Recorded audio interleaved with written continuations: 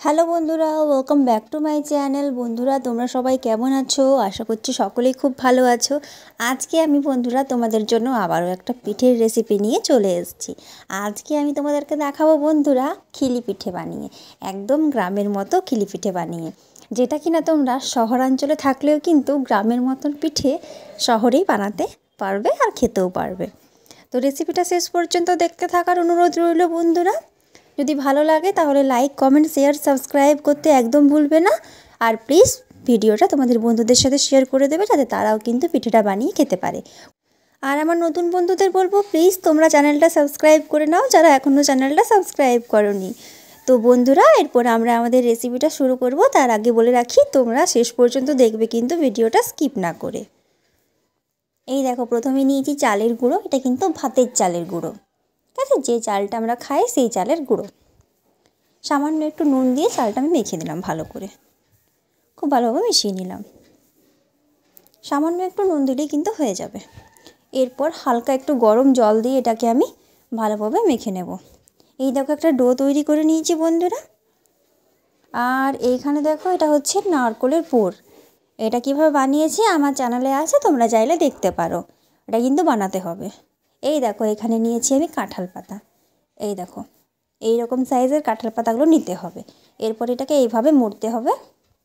ব্যাস, এটা একটা কাঠি দিয়ে এরপর আমি আটকে দেবো, যাতে না পিঠেটা বেরিয়ে যায়। এই দেখো, হয়ে গেছে।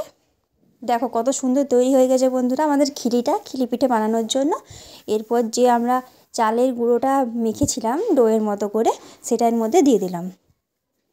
ব্যাস দেখো, এতটা দিয়েছি। এরপর এর মধ্যে নারকেলের পুরটা দিয়ে দেবো। খুবই সহজ পদ্ধতিতে বানিয়ে দেখাবো। দিয়ে দিলাম। এরপর চালের গুঁড়োটা আবার উপর থেকে দিয়ে দেবো। ব্যাস, এটাকে খুব ভালোভাবে আমি সেট করে নেবো। এবার হাত দিয়ে ভালো করে সেট করে নিতে হবে।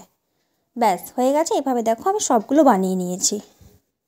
দেখো, একটা দেখায়, এইভাবে সেট করতে হবে বন্ধুরা, ঠিক আছে? যেন বেরিয়ে না যায়, এইভাবে তোমরা সেট করে নেবে।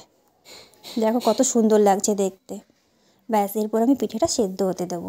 তো দেখো, আমি হাঁড়িতে জল বসিয়ে দিয়েছি, আর ওপরে এটা পিঠে করারটা এটা দিয়ে দিয়েছি। এরপর পিঠেগুলো আমি একটা একটা করে দিয়ে দেবো। সবগুলো একসাথেই দিয়ে দেবো, একসাথে দিলেই সেদ্ধ হয়ে যাবে। তো দিয়ে দিলাম। এই দেখো, 20 মিনিট পর আমি নামিয়ে নিয়েছি। পিঠেটা তৈরি হয়ে গেছে বন্ধুরা। 20 মিনিট রাখলেই হবে। এরপর নামিয়ে নেব। তো দেখো বন্ধুরা, একটা থালার মধ্যে আমি পিঠেগুলো সব নামিয়ে নিয়েছি। দেখো এখনও ধোয়া উঠছে, কতটা গরম আছে। আর দেখো প্রত্যেকটা পিঠে কতটা সুন্দর দেখতে হয়েছে। এগুলো কিন্তু একটাও খুলে যায়নি, যে খিলিগুলো আমি বানিয়েছিলাম। এইভাবে বানালে কিন্তু এইভাবে সুন্দর পিঠেটা হবে।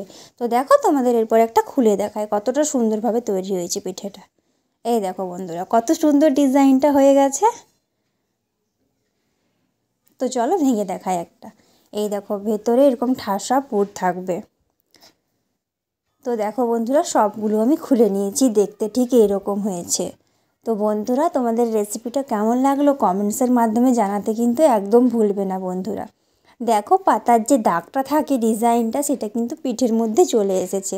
তাই কতটা সুন্দর লাগছে বন্ধুরা দেখতে পিঠেগুলো। আর এগুলো খেতে কিন্তু অসাধারণ লাগে বন্ধুরা। তোমরা একবার না খেলে কিন্তু বুঝবে না এই পিঠেটা খেতে কতটা ভালো লাগে। গ্রামাঞ্চলে কিন্তু বন্ধুরা এই পিঠেটা খুবই ফেমাস। সবাই প্রায় প্রত্যেকটা বাড়িতেই পিঠেটা বানিয়ে খাওয়া হয়। তো বন্ধুরা, তোমরা এই পিঠেটা অবশ্যই একবার বানিয়ে দেখো, আর কেমন হয়েছে খেতে সেটা কিন্তু আমাকে কমেন্টসের মাধ্যমে জানাবে। তো রেসিপিটা ভালো লাগলে অবশ্যই একটা লাইক দেবে। আর এইরকম ধরনের আরও নতুন নতুন রেসিপি পাওয়ার জন্য কিন্তু আমার চ্যানেলটা অবশ্যই সাবস্ক্রাইব করে রাখতে হবে। আর পাশে থাকা বেল আইকনটা প্রেস করতে হবে আমার ভিডিওর নোটিফিকেশন সব থেকে আগে পাওয়ার জন্য। তো তোমরা খুব ভালো থেকো, সুস্থ থেকো। দেখা হবে আবার তোমাদের সাথে নতুন কোনো ভিডিও নিয়ে।